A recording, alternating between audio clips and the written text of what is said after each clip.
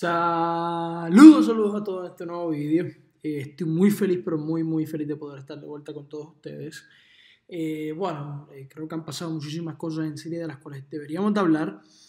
Antes de comenzar este análisis, quiero mencionaros varias cosas que sinceramente me parecen muy importantes. Hay algunas noticias que directa o indirectamente están relacionadas a Siria. Y bueno, antes de comenzar en sí el video, vamos a ir a por estas noticias. Posterior a esto, vamos a analizar el mapa que tenemos en nuestras pantallas, porque sin duda alguna el conflicto sirio está llegando a una etapa, un punto álgido que yo creo que sin duda alguna ya no tiene un retorno claro. De hecho, les daré pronto una noticia por la cual se confirma esta perspectiva. Pero vamos a comenzar con una noticia que sin duda alguna a mí me llamó muchísimo la cabeza. La atención. Y es que Hamas, o uno de sus líderes principales, el actual primer ministro, no primer ministro, pero básicamente el primer ministro de facto de Hamas y el líder de su cabeza política se reunió o se dio una entrevista al periódico israelí Yediot Ahronoth, como le quieran decir. En esa entrevista,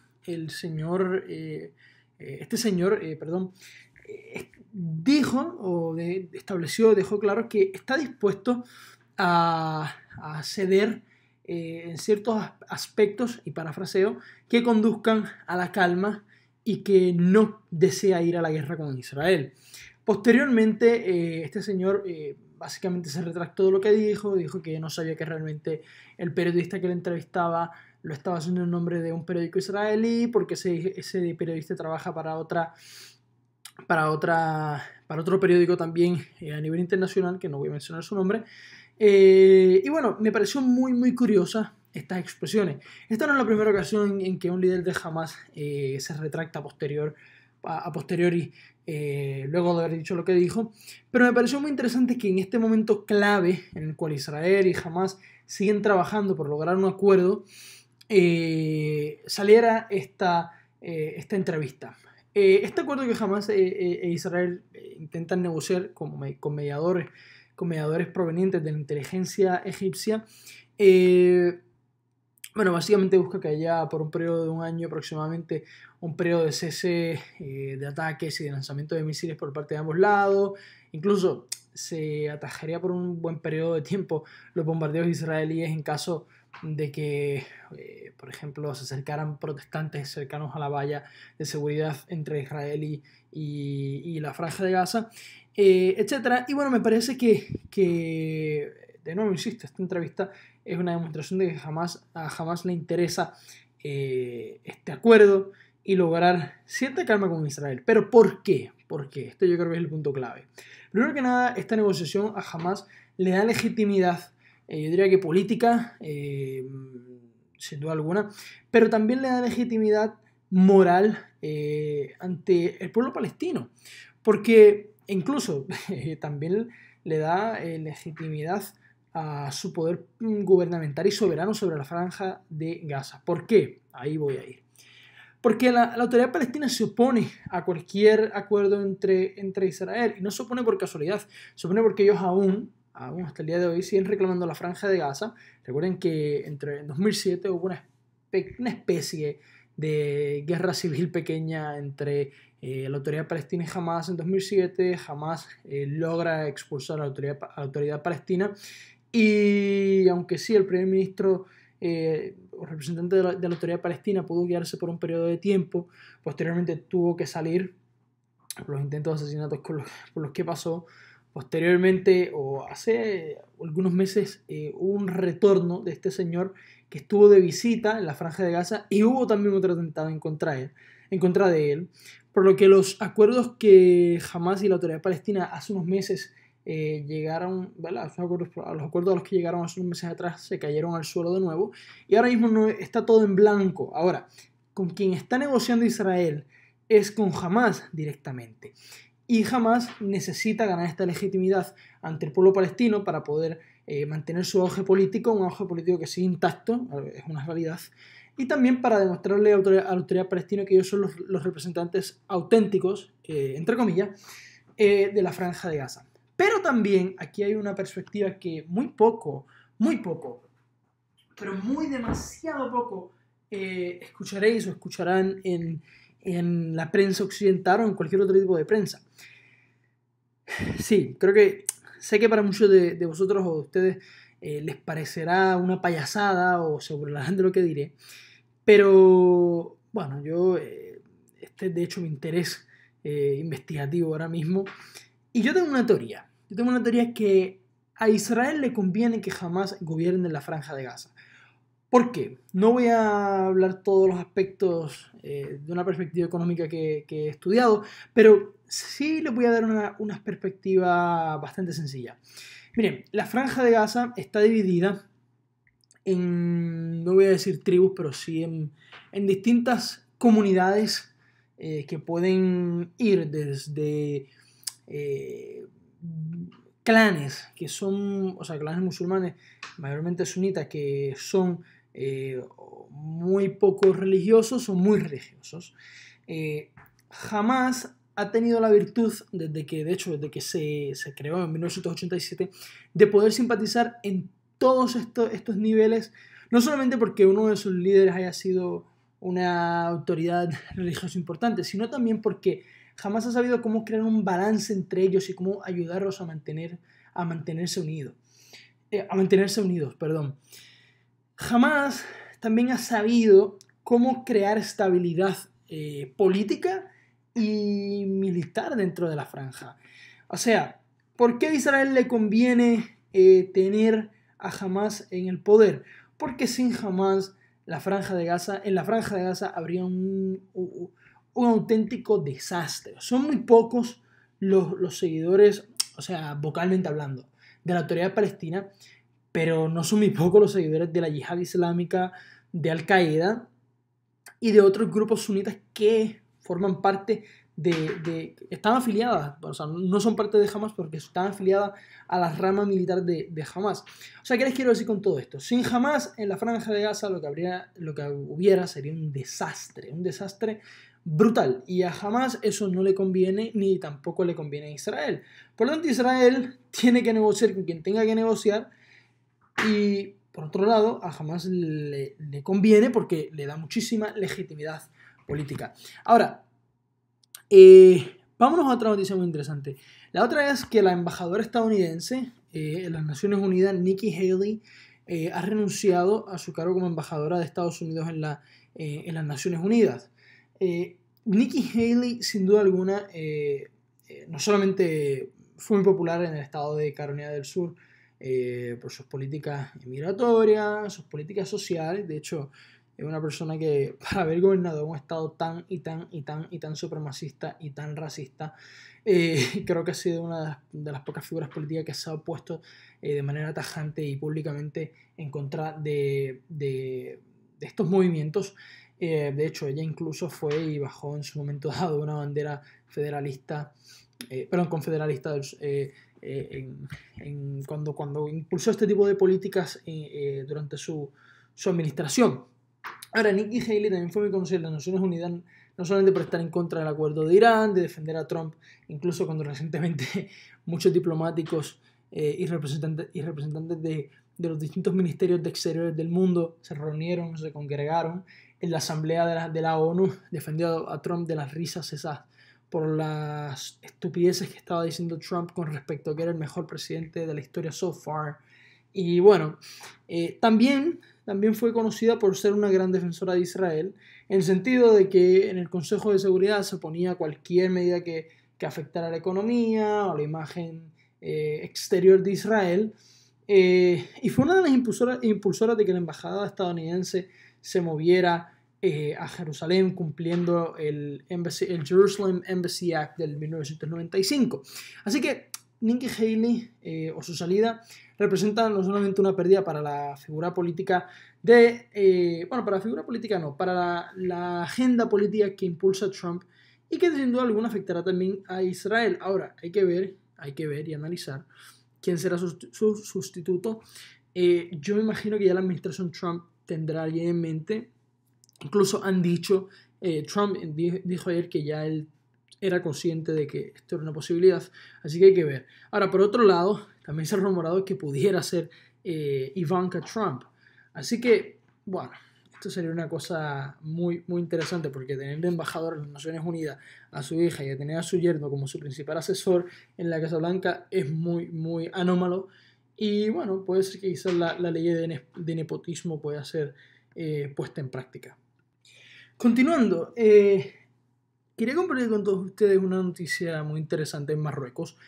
Y es que uno de los jeques principales, bueno, no principales en Marruecos, pero que tiene mucha presencia mediática en ese país, ayer fue ante los tribunales a acusar a sus 3 esposas de no querer permitirle casarse con una cuarta.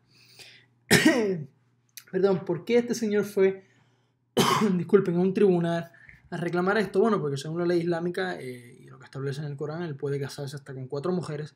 Pero me parece muy curiosa esta noticia, no solamente por este hecho, sino también porque este señor, básicamente una de las caras del movimiento ultra religioso en el reino de Mohammed VI, y de hecho recibió un perdón para poder salir de la cárcel por parte del rey hace algunos años atrás, después de haber pasado casi más de 6 años en la cárcel por haber estado relacionado con organizaciones islamistas y terroristas. Me pareció muy curiosa esta nota y bueno, yo sé que para muchos de vosotros esto es como algo poco interesante, pero bueno, quería compartirlo. Ahora, vamos de lleno con el conflicto. Antes de ir directamente con noticias recientes en la región relacionadas a Siria, quiero compartir con todos ustedes una cosa que me llamó mucho la atención. Como todos ustedes saben, la guerra de Siria comenzó en Dara en el 2011 y a partir de este punto es cuando vemos que muchas embajadas de países que no eran muy, muy simpáticos que digamos con Siria, pero que tenían relaciones diplomáticas con este país, comenzaron a alargarse del país.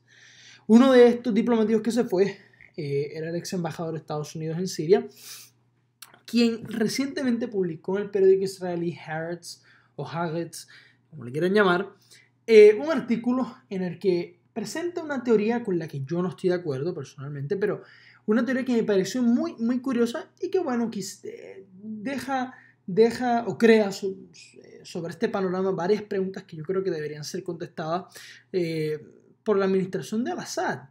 Y es que él mencionaba en su artículo que en 2012 muchísimas cárceles con rehenes de mucho relieve, de relevancia y de mucha presencia en Siria, estas cárceles fueron abiertas y estos señores salieron de esas cárceles. Por ejemplo, es curioso ver cómo 2 radicales, como los líderes de las 2 principales organizaciones yihadistas ahora mismo en Siria, Hassan Abu de Ahrar al-Sham y Saqan al-Lush de Yaish al-Islam. Estos 2 individuos estuvieron encarcelados y en 2012, cuando estas cárceles fueron abiertas, salieron. Así que su teoría pasa por establecer básicamente el concepto de que, bueno, les permitió salir a estos individuos para que pudieran ser parte de una posición de la que ellos pudieran posteriormente decir, miren, son radicales, son terroristas y vamos a atacarlos. Para que crearan una mala imagen de la oposición. Esta es una de las teorías de él, de este ex diplomático, ex embajador de Estados Unidos en Siria. Pero es curioso esa teoría, porque, a ver, yo no la comparto, insisto, pero es curioso intentar contestar esa pregunta de por qué salieron de las cárceles cuando no hay una sentencia firme para que estos individuos puedan salir o alguna razón para que se unieran al ejército sirio. No, salieron y bueno, eso es muy curioso. Ahora, de aquí nos surge una pregunta. Llegados a este punto clave de la guerra, como les comentaba al principio, ¿por qué Al-Assad sigue en el poder? Dejando de lado la ayuda de Rusia a nivel económico, de Irán y las milicias chiitas y de Irán y las milicias chiitas a nivel militar.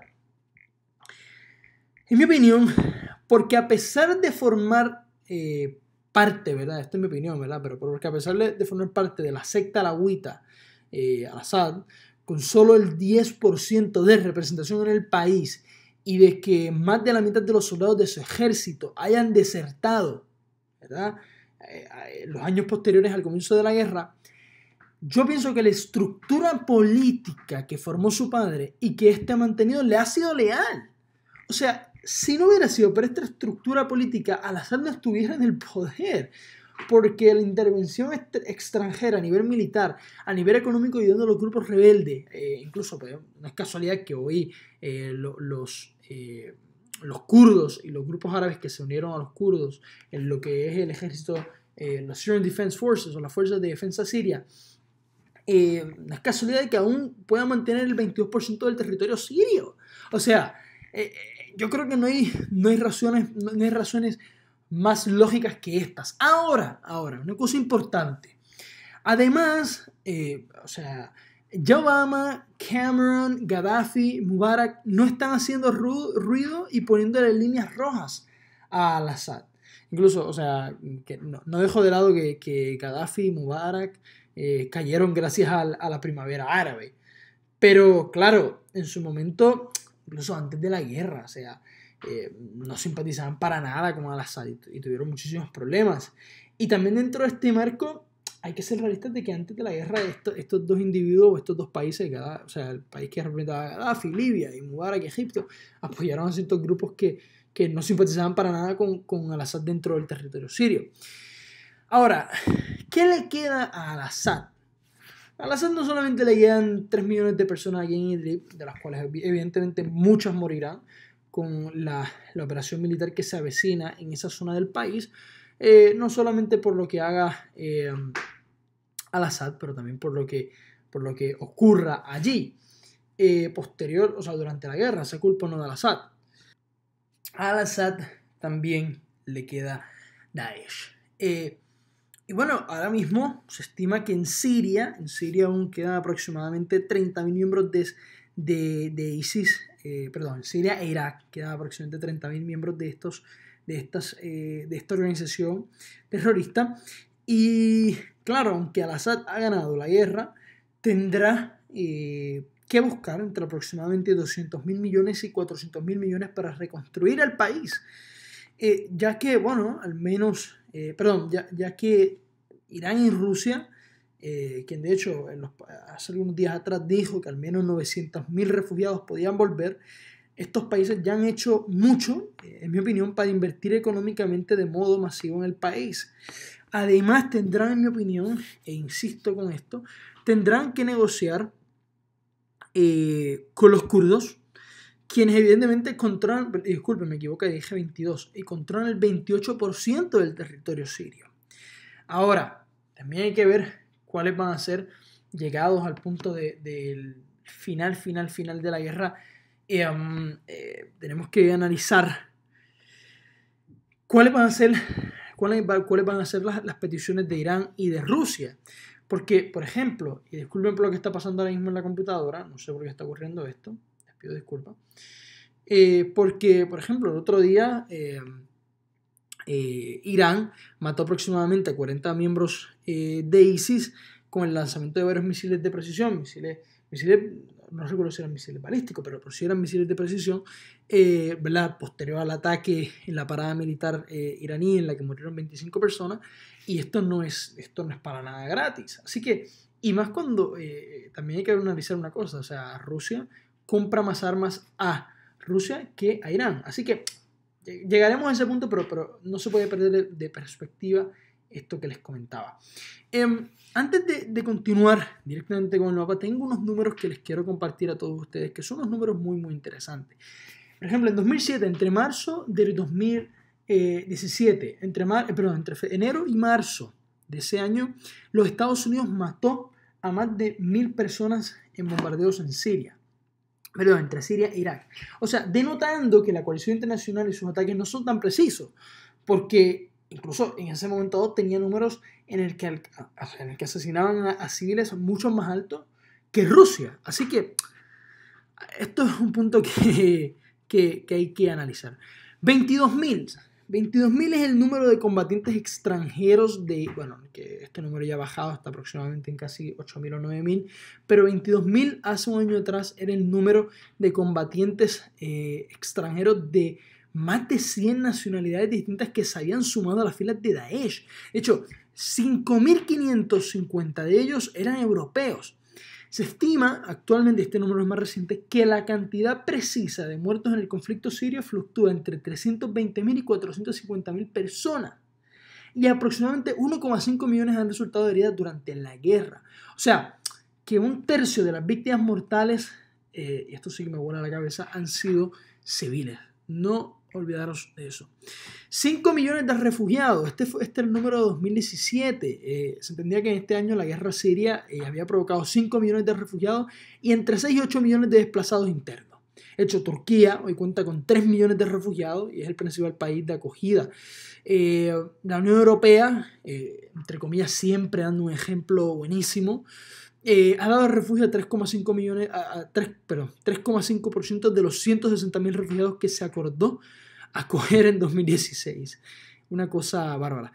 Y se entiende que hoy día hay casi 7 millones de refugiados.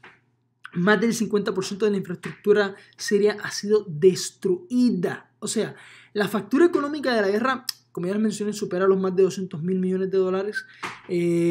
Pero también otra cosa interesante es que la producción diaria de barriles de petróleo se redujo de 385.000 diarios en 2010 a 8.000 diarios en 2017. La libra, aunque perdonen, este número ahora ha variado, ahora está más o menos entre 2.000 y 15.000 barriles diarios.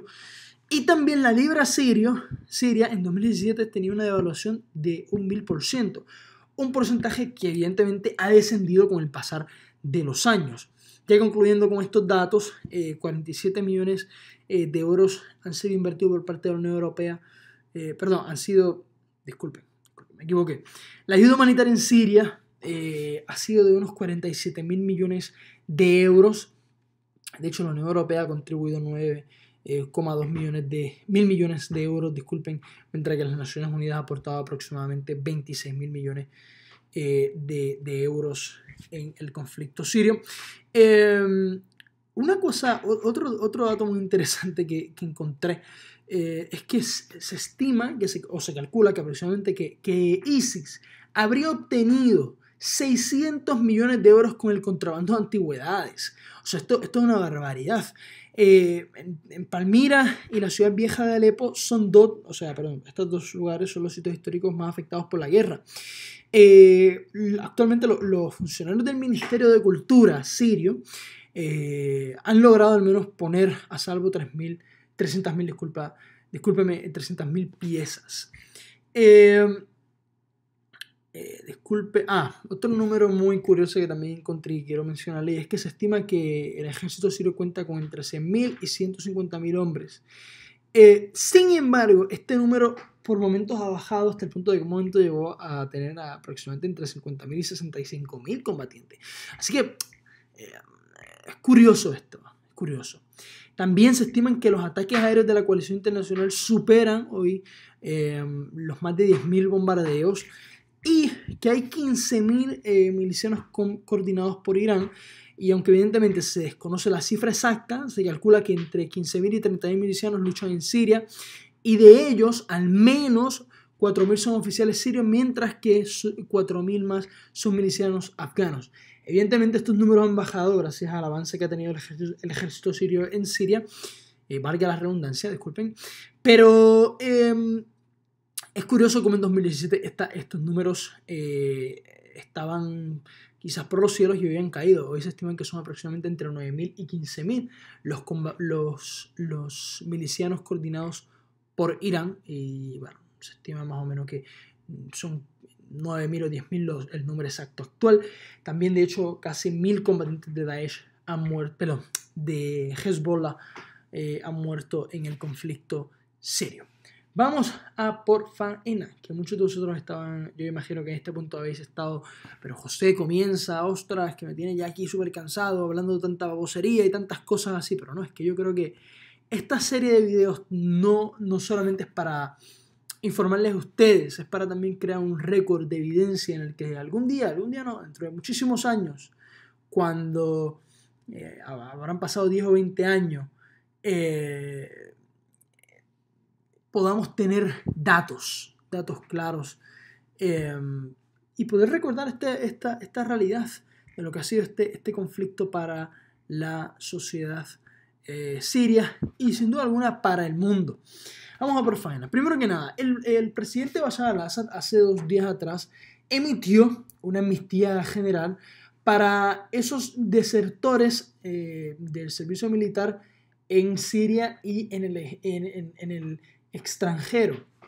Esta amnistía no protege, bueno, no aplica a aquellos que hayan combatido en contra del gobierno, que hayan estado afiliados a grupos rebeldes o que se hayan opuesto al ejército. Solamente aplica a aquellos que quizás desertaron del ejército o del servicio militar durante el comienzo de la guerra. Y bueno, si cumplieran con estos requisitos, pudieran ir al ejército sin ningún problema. También hoy, hoy los enfrentamientos por parte de Talal al-Safa, entre el gobierno y sus aliados en contra de Daesh ha aumentado y el número de muertos en ambos lados también, aunque no se ha provisto un número oficial, con el resentimiento continuado claramente entre las familias de aquellos que han sido secuestrados por parte de los grupos terroristas. Otra cosa también que me llama muchísimo la atención es que ha habido como un movimiento social bastante tocado por estas personas que han sido secuestradas y de hecho hubo como una pequeña concentración de gente pidiendo al gobierno arreglar este asunto y bueno, me llama muchísimo la atención esto. Disculpen, esta computadora está respondiendo un poco lento. Disculpen, voy un momento acá en Israel. En Israel, Netanyahu dijo que con respecto a sus intervenciones en el conflicto sirio, dijo que él quiere hablar sobre la coordinación de seguridad entre el ejército de Israel y el ejército ruso en su próxima reunión que tendrá con Putin.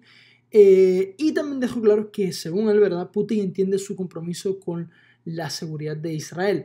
Como sabéis, muchas cosas han estado ocurriendo en Israel luego de que uno de los sistemas antimisiles sirios derribara a un avión ruso por error y posterior, ¿verdad?, a un bombardeo que realizó Israel, y las tensiones entre Rusia e Israel por esta movida o esta táctica coordinada con el ejército ruso, por parte de la aviación israelí no le gustó nada a Putin, y bueno, hay muchísima tensión. También en Amán hay una cosa muy, muy, muy interesante, y es que varias fuentes diplomáticas occidentales, y quiero que le presten mucha atención a esto, dicen que Jordania se está resistiendo a la presión rusa de abrir su cruce, ¿verdad?, o su frontera con Siria, ya que reconocer que los rebeldes que están en esta posición, acá al sur de Palmira, al noreste de Azuaita, abrir esa frontera y permitirles que entren al territorio jordano sería reconocer que la guerra está terminando y que la mano y que al-Assad se apunta a otra gran victoria, entre comillas, o directamente en el sur de Siria. Así que vamos a ver qué pasa. Recientemente no ha habido tanta actividad en esta zona acá al sur de Palmira. Sin embargo, si en su momento la hubiera, les estaré informando, pero claro, no olvidaros que también queda esta porción territorial y también queda esta pequeña porción territorial acá que controla Daesh. También acá Muraya ocurrió algo muy interesante, es que las INGOs trabajando ahí en la frontera fueron forzados por parte del gobierno sirio a parar o detener su actividad y ayudar a los civiles. Realmente no sabemos si esto se hace en contra de personas relacionadas a los rebeldes o familiares de ellos, pero sea quien sea, es una cosa muy triste. Yo creo que no permitirle a una persona recibir un tratamiento médico es un error. Sea quien sea, haga lo que haga, piense lo que piense, incluso no importa, yo considero esto.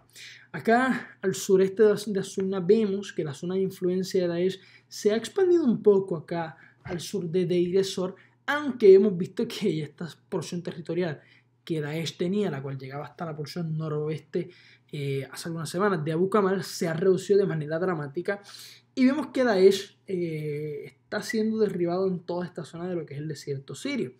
Vemos también acá al sur de Karaij, posiblemente vemos que el ejército sirio sigue penetrando al oeste de Jajin y solamente queda una porción territorial al norte de Abu Kamal, perdón, desde el norte de Abu Kamal hasta Jajin, que es controlada por Daesh.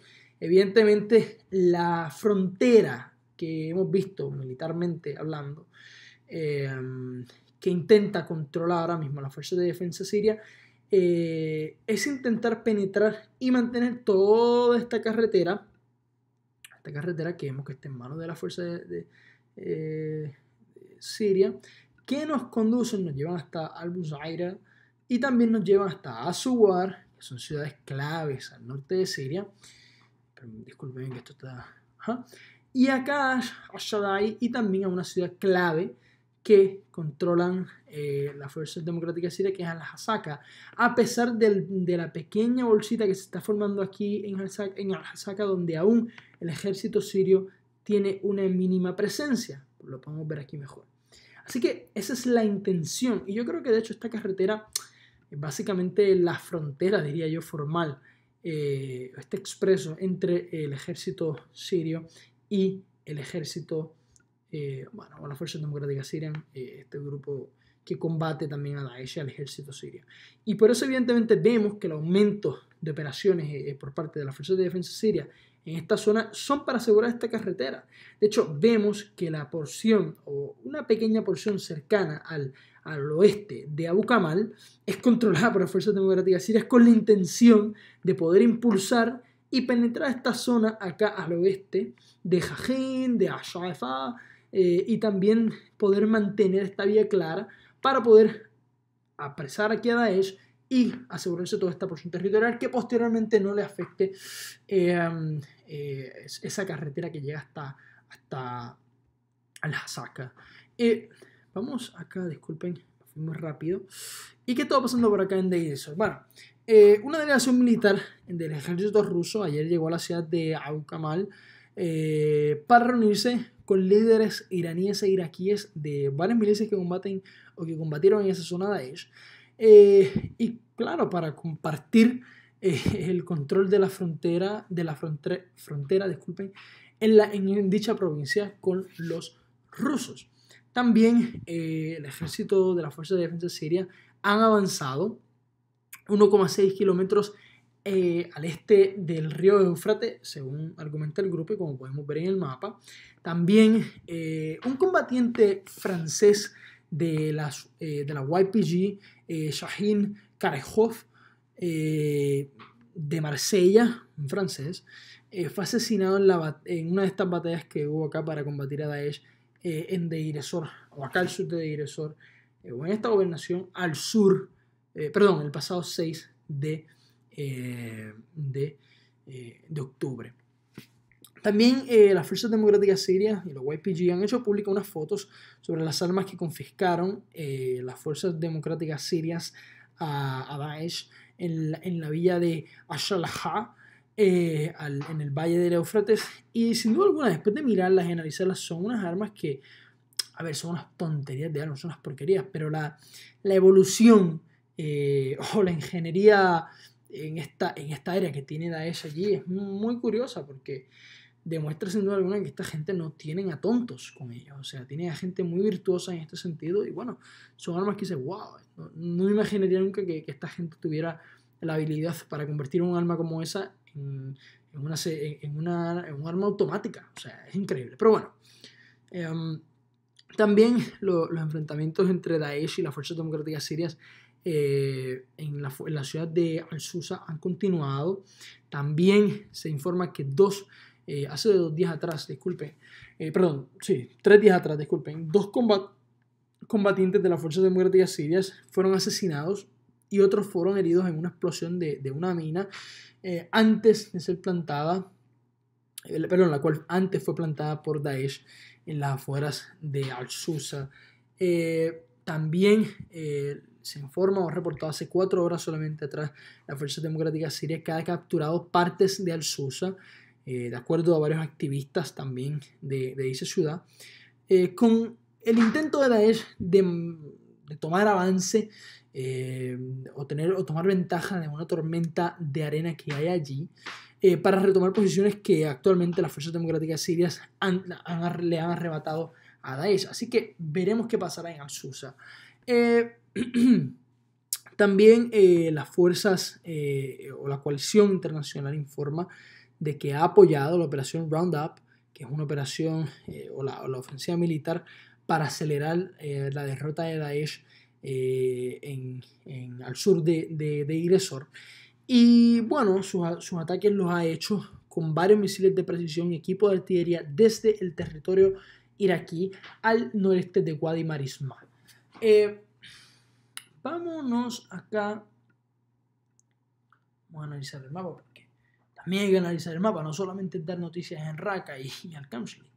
También hay muchas cosas. ¿Qué ha pasado acá en Al-Kamshli? Donde aún el gobierno sirio tiene una pequeña presencia en el centro del corazón urbano de la ciudad.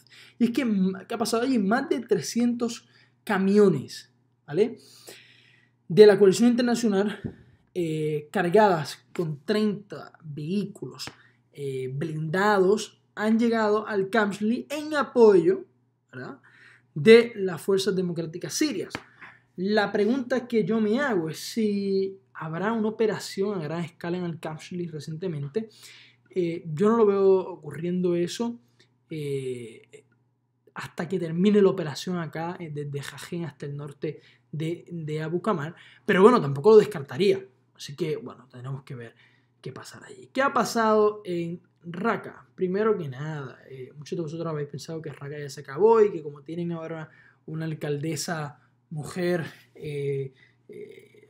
eso es un ejemplo de que hay paz y que todo está en calma y que ya Daesh no está allí. Bueno, varios asaltantes desconocidos llevaron a cabo con varias armas automáticas un ataque en una fábrica de azúcar que actualmente es controlada por las fuerzas democráticas sirias al norte de la ciudad. Evidentemente esto es un ataque de varios lobos solitarios, pero es una demostración de que bueno, hay un problema y es que aún hay ciertos grupos de personas que simpatizan con Daesh y bueno, eso hay que enfrentarlo. Yo creo que la solución no pasa solamente por crear como especies de campos de concentraciones, entre comillas, llamados cárceles, donde se les retiene a mucha gente por ser suníes o porque piensan que tienen vínculos con Daesh, y realmente estas personas no son las que tienen que estar allí. Pero bueno, vamos a ver. También otro asunto muy interesante es que en la Raqqa post-Daesh el tema de las drogas se ha convertido en un asunto serio. Yo no diría que es una epidemia aún, pero se está convirtiendo en una epidemia, por lo que bueno, se ha iniciado una campaña de concientización en la ciudad para combatir el consumo de drogas. También varios civiles hace solamente 6 horas resultaron heridas por la explosión de un device en un coche, disculpen, en la ciudad de Raqqa. Vámonos por acá, que ya estamos entrando en el final de nuestro video. Discúlpenme. Y es que acá al noroeste del país, como saben, han estado ocurriendo muchísimas cosas. Continuando con este video, les pido muchísimas disculpas porque no sé qué está pasando en la página. Me sigue saliendo esto, pero vamos a por faena en el noroeste de Siria. Sin duda alguna, el último bastión que Bashar al-Assad necesita para poder, sin duda alguna, poder adjudicarse una guerra victoriosa de alguna manera u otra. sin duda alguna, esta zona va a ser un desastre. Yo tengo el presentimiento de que va a ser Alepo parte 2. No solamente porque Turquía, los grupos islamistas terroristas y rebeldes que combaten aquí, grupos afiliados al ejército libre sirio, etcétera, etcétera, perderán contra el ejército sirio, la aviación rusa y las milicias iraníes, sino porque hay muchos civiles y para ser una zona tan reducida, 3 millones de civiles en esta zona, me parece que será una auténtica carnicería humana y da muchísima pena decirlo. Permítanme, vamos a comenzar por acá, por el sur de Idlib. ¿Qué estaba pasando acá en el sur de Idlib? Primero que nada, el Ministerio Ruso de Defensa ha dicho con respecto a los enfrentamientos los enfrentamientos en la Temená, que los países occidentales, los cuales planifican o están planificando provocaciones en contra del gobierno sirio o de las fuerzas sirias a través del uso de gangas armadas, no toman en consideración la dificultad o la situación tan difícil, a veces para pronunciar, para yo mi mente traducir palabras al castellano me equivoco, discúlpeme. Les ha parecido una situación difícil que hay en la zona de esa escalación en Idlib. Vamos a acercar un poco al mapa para que veáis. Ven toda esta zona, estas ciudades donde el ejército sirio ha penetrado, acá al norte de Tayabat, a Al-Imam, como lo es Hanan o como lo es Kirvat Mazazina, son ciudades que, no es que yo no diría que hay una zona de escalación, pero ciudades donde la actividad de bombardeos, por ejemplo, de la versión siria y rusa, han disminuido. Vemos también que el ejército sirio, si le damos un poco de acercamiento a esto, han penetrado en Kurnas, está intentando poder penetrar en esta carretera que va de Hanan, como vemos aquí ahora, hasta el norte de Hama, que es una ciudad clave, donde hay mucha presencia militar siria, pero también iraní. Así que bueno, eso lo dijo el Ministerio de Defensa ruso. También el comandante del Frente Nusra, yo le voy a seguir llamando Frente Nusra porque para mí son la misma infección y se siguen llamando igual, Abu al-Laid Masr, fue asesinado por disparos cercanos a Kafnar en el sur de la provincia de Idlib. Así que vemos que también, y esto estoy adjudicando cosas que quizás estén mal, pero vemos que la actividad de inteligencia dentro de este mismo territorio por parte de los sirios y de los rusos y de los iraníes y de las milicias está teniendo sus efectos. Yo creo que este señor no lo mataron por casualidad. También un reportero de Al Jazeera informa que la oposición termina el proceso de rendimiento o de entregar sus armas pesadas en la zona desmilitarizada de Idlib, culminado. Recuérdense que esto ocurrió como esta supuesta zona de desmilitarización ocurrió gracias a un acuerdo entre Turquía y Rusia, quien de hecho Putin y Erdogan hace unos días se reunieron, así que ya tenemos una idea. También se informa de que las tensiones han regresado entre el Frente de Liberación Nacional y Hayat Tahrir al-Sham, luego de que terminara la entrega de sus armas de la zona de buffer y escondiéndolas también, ante la situación de alerta que hay en la porción oeste de Alepo. Y por último, de acuerdo a ver reportes, el ejército turco ha enviado tropas para apoyar a Nureddin Zengi, que combate actualmente, es una formación que combate del lado turco y combate actualmente a militantes del Frente Nusra en Derat Isa, acá en Alepo. Yo, para concluir, creo que por más de que hayan estos acuerdos, en esta zona va a haber una penetración o una incursión por parte del ejército sirio en algún momento, junto a la versión rusa, que ha sido muy efectiva en Siria. Y no hay más opciones, porque esta bolsa en algún momento va a reventar. Yo creo que incluso la expansión del ejército sirio en Sarra no es una casualidad. Ha sido, sin duda alguna, de cierto apoyo también, porque es que aquí no ha habido enfrentamientos casi, o sea, ha sido una cosa mínima. Por ende, yo creo que, bueno, los kurdos saben que necesitan ayudar de alguna manera al ejército sirio para poder contener el avance de esta franja territorial que tienen los turcos y el ejército turco que va desde Jarabulus hasta Yandaris, y evidentemente saben que también los únicos que tienen la opción para poder sofocar toda esta presencia de grupos con los que los turcos tampoco simpatizan es permitiéndole esto al ejército sirio. Antes de concluir, quiero que sepan que estos puntos son puntos de observación de distintos grupos que combaten en Siria. Los azules son los turcos, que son los que están en este interior, en esta porción territorial. Los anaranjados son los iraníes. Los rojos son los rusos. Así que esto es todo por hoy. Espero que les haya gustado este video. Denle like al video, suscríbanse al canal, presionen la campanita, déjenme ahí abajo sus comentarios sobre qué opinan. No insulten, por favor, yo estoy cansado de ver insultos, no me gustan. Vamos a tener una discusión hábil, una discusión donde demostremos nuestras diferencias, pero sin tener que atacarnos a veces de una manera salvaje. Déjenme también saber desde dónde están viendo estos videos, me interesa muchísimo para saber el nivel de curiosidad. Bueno, para yo alimentar ese nivel de curiosidad que tengo.